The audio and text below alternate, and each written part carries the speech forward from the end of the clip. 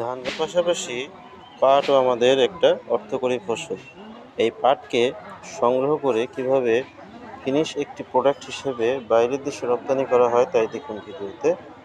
দেখুন, মাঠ থেকে পাটগুলো সংগ্রহ করা হচ্ছে, সেগুলোকে নদী নালা খাল বা ডোবাতে এগুলোকে জাগ দেওয়া হয় বা সহজ ভাষায় পচানো হয়।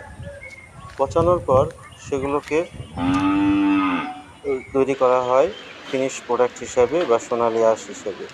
দেখুন এই কৃষকটি কত কষ্ট করে সেই পাটগুলোকে পাট থেকে ছাড়াচ্ছে।